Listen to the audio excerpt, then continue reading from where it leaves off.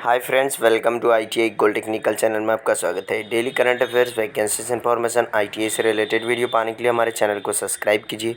Subscribe करने के बाद बेल आइकन को ऑन कीजिए ताकि मैं जो भी नया वीडियो बनाऊं सबसे पहले आपके पास पहुंचे और आप उसे देखिए। यदि आपको सेशन अच्छा लगता है या सेशन से कुछ जानकारी मिलती है इसे लाइक कीजिए और दोस्तों में शेयर कीजिए। शेयर ज़रूर कीजिएगा क्योंकि यह कॉम्पिटिशन की तैयारी करने वाले बच्चों के लिए बहुत ही इंपॉर्टेंट सेशन है। चलिए सेशन की ओर चलते हैं। यदि आप हमारे चैनल आईटीआई गोल्ड टेक्निकल पर पहली बार आए हो तो इसे सब्सक्राइब कीजिए और अपने दोस्तों से भी ज़रूर करवाइएगा। आज हम पढ़ेंगे 25 मार्च 2021 से जितने भी इंपॉर्टेंट करंट अफेयर क्वेश्चन बनेंगे वह इस वीडियो में पढ़ेंगे। इस वीडियो की पीडीएफ फाइल की लिंक मैं इसी वीडियो के डिस्क्रिप्शन में दे दूँगा, वहाँ से जाकर उसे डाउनलोड कर लीजिए ताकि एग्ज़ाम के टाइम पर आप आसानी से रिविज़न कर सकते हैं। तो आज का हमारा पहला क्वेश्चन हो जाएगा, हाल ही में विश्व मौसम विज्ञान दिवस कब मनाया गया है?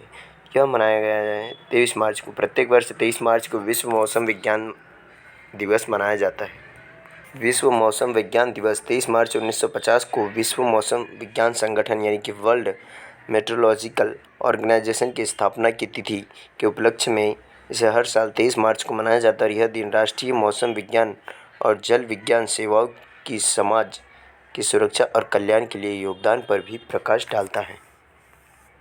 विश्व मौसम विज्ञान दिवस का विषय है इस वर्ष का महासागर हमारी जलवायु और मौसम।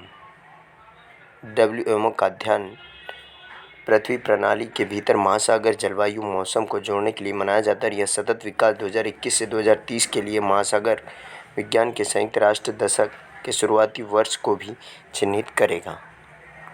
विश्व मौसम विज्ञान संगठन यानी कि WMO के अध्यक्ष है प्रेजेंट टाइम पर पेट्री तालास। कौन है? पेट्री तालास। और इसका मुख्यालय है जिनेवा, स्विट्ज़रलैंड में। कहाँ पर? जिनेवा, स्विट्ज़रलैंड में। और इसके पास 191 सदस्य देश है। इसमें कितने? 191। तो इस क्वेश्चन का राइट आंसर हो जाएगा ऑप्शन नंबर सी, इसका राइट आंसर है। नेक्स्ट क्वेश्चन की ओर चलते हैं। नेक्स्ट क्वेश्चन है, हाल ही में भारत के पहले फ्री स्पेस क्वांटम कम्युनिकेशन का प्रदर्शन किसने किया? तो इस क्वेश्चन का right answer option number C, ISRO. ISRO ने भारत के पहले फ्री स्पेस क्वांटम कम्युनिकेशन का प्रदर्शन किया है। अब हम बात कर लेते हैं इसरो की। तो इसरो भारत की एक अंतरिक्ष एजेंसी है और इसका फुल फॉर्म है इंडियन स्पेस रिसर्च ऑर्गेनाइजेशन, जिसे हिंदी में कहते हैं भारतीय अंतरिक्ष अनुसंधान संगठन। इसकी स्थापना की गई थी 1969 में। कब? 1969 में। इसका मुख्यालय है कर्नाटक के बेंगलुरु में और इसके अध्यक्ष है डॉक्टर के सिवान। कौन है? डॉक्टर के सिवान। इसका आदर्श वाक्य है मानव जाति की सेवा में अंतरिक्ष प्रौद्योगिकी। क्या है? मानव जाति की सेवा में अंतरिक्ष प्रौद्योगिकी। और प्राथमिक अंतरिक्ष बंदरगाह सतीश धवन अंतरिक्ष केंद्र श्रीहरिकोटा आंध्र प्रदेश में स्थित है। कहाँ पर? आंध्र प्रदेश में।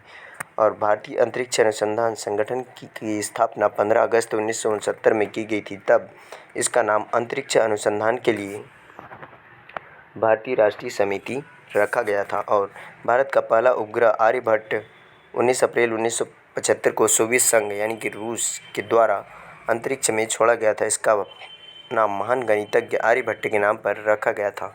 और 7 जून 1989 यानी कि 1979 को भारत का दूसरा उपग्रह भास्कर जो 445 किलो का था और यह पृथ्वी की कक्षा में स्थापित किया गया था। और 1980 में रोहिणी उपग्रह पहला भारत द्वारा निर्मित प्रक्षेपण यान SLV-3 बन गया था। इसे पृथ्वी की कक्षा में स्थापित किया गया था। और इसरो के वर्तमान निदेशक डॉक्टर कैलाश विट्यू सिवान। कौन?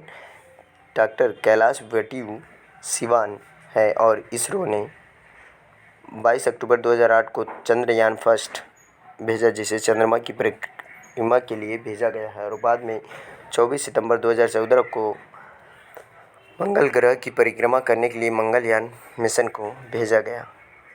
और 29 सितंबर 2015 को एस्ट्रोसैट के रूप में भारत की पहली अंतरिक्ष वेधशाला स्थापित की गई थी। और भारतीय अंतरिक्ष अनुसंधान कार्यक्रम का जनक किसे माना जाता है? डॉक्टर विक्रम साराभाई को कहा जाता है। और सतीश धवन के सबसे लंबे समय तक यानी 12 साल तक भारतीय अंतरिक्ष अनुसंधान संगठन के अध्यक्ष रहे हैं। कौन? सतीश धवन। तो इस क्वेश्चन का राइट आंसर है ऑप्शन नंबर सी, इसका राइट आंसर है। चलिए नेक्स्ट क्वेश्चन की ओर चलते हैं। नेक्स्ट क्वेश्चन है, हाल ही में पॉबी एंटी टेरर 2021 भारत और किस देश के मध्य आतंकवाद विरोधी अभ्यास प्रारंभ हुआ है? यह पाकिस्तान और चीन यानी कि ए और बी दोनों। भारत, पाकिस्तान, चीन के मध्य पॉबी एंटी टेरर 2021 आतंकवाद रोधी अभ्यास प्रारंभ हुआ है। 8 सदस्यीय ब्लॉक ने कहा कि संयुक्त अभ्यास पॉबी एंटी टेरर 21 आयोजित करने का निर्णय उज्बेकिस्तान के ताशकंद में आयोजित क्षेत्रीय आतंकवाद विरोधी संरचना परिषद की 36वीं बैठक के दौरान यह घोषणा की गई थी। भारत, पाकिस्तान, चीन सहित शंघाई सहयोग संगठन यानी कि SCO के सदस्य इस साल संयुक्त आतंकवादी रोधी अभ्यास में शामिल होंगे और इस बैठक में भारत, कजाकिस्तान, चीन, किर्गिज और गणराज्य पाकिस्तान, रूस, तजाकिस्तान, उज्बेकिस्तान और RATS कार्यकारी समिति के समक्ष सक्षम अधिकारियों का प्रतिनिधित्व शामिल हुआ है। तो इस क्वेश्चन का right answer option number C. चलिए नेक्स्ट क्वेश्चन की ओर चलते हैं। नेक्स्ट क्वेश्चन है, हाल ही में RBI ने किस पर 15 लाख रुपए का जुर्माना लगाया है? तो इस क्वेश्चन का right answer option number D, Fed bank financial services पर RBI ने 15 लाख रुपए का जुर्माना लगाया है और यह जुर्माना इस पर जो RBI के निर्देश हैं 2016 में धोखाधड़ी की निगरानी को निहित भारतीय रिजर्व बैंक द्वारा जारी किए गए निर्देशों और प्रावधानों को गैर अनुपालन के लिए लगाया गया है। तो इस क्वेश्चन का right answer option number D. चलिए नेक्स्ट क्वेश्चन की ओर चलते हैं। यदि आप हमारे चैनल ITI गोल्ड टेक्निकल पर पहली बार आए हो तो इसे सब्सक्राइब कीजिए और अपने दोस्तों से भी जरूर कीजिए।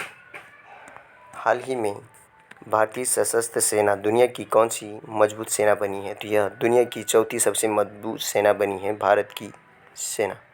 हाल ही में रक्षा वेबसाइट मिलिट्री डायरेक्ट द्वारा जारी एक अध्ययन के अनुसार यह बताया गया है कि चीन के पास दुनिया का सबसे मजबूत सैन्य बल है, जबकि भारत चौथे नंबर पर है और चीन के पास दुनिया की सबसे मजबूत सेना है जो सूचकांक में 100 में से 82 अंक प्राप्त करता है। और संयुक्त राज्य अमेरिका अपने विशाल सैन्य बजट के बावजूद 74 अंक यानी कि 74 अंकों के साथ दूसरे स्थान पर है और उसके बाद में रूस 69 नंबर के साथ में तीसरे स्थान पर है और भारत इसमें 61 अंकों के साथ में चौथे स्थान पर है और फ्रांस 58 अंकों के साथ में 5वें स्थान पर है। यानी कि पहले नंबर पर चीन, दूसरे पर अमेरिका और तीसरे पर रूस, चौथे पर भारत और 5वें पर फ्रांस और 6वें नंबर पर है UK 43 अंकों के साथ में।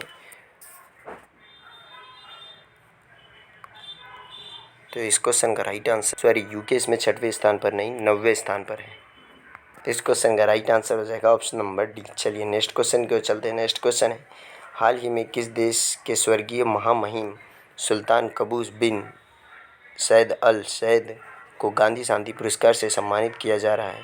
तो इस क्वेश्चन का right answer option number A, Oman. Oman के स्वर्गीय महामहिम सुल्तान कबूस बिन सैद अल सैद को गांधी पुरस्कार से सम्मानित किया जा रहा है। यही है सुल्तान कबूस बिन सैद अल सैद जिन्हें यह गांधी शांति पुरस्कार दिया जा रहा है और यह पुरस्कार इन्हें भारत और ओमान के बीच में संबंधों को मजबूत करने के लिए दिया जा रहा है।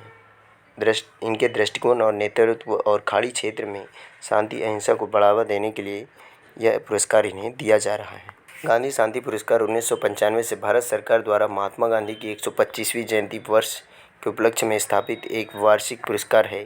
यह पुरस्कार राष्ट्रीयता, नस्ल, भाषा, जाति, पंथ और सेक्स की परवाह किए बिना सभी व्यक्तियों के लिए खुले तौर पर दिया जाता है और पुरस्कार में 1 करोड़ रुपए की राशि, प्रशस्ति पत्र और एक पट्टिका और एक अति सुंदर पारंपरिक हथकरघा वस्तु इसमें शामिल की जाती है। इस क्वेश्चन का राइट आंसर है ऑप्शन नंबर ए।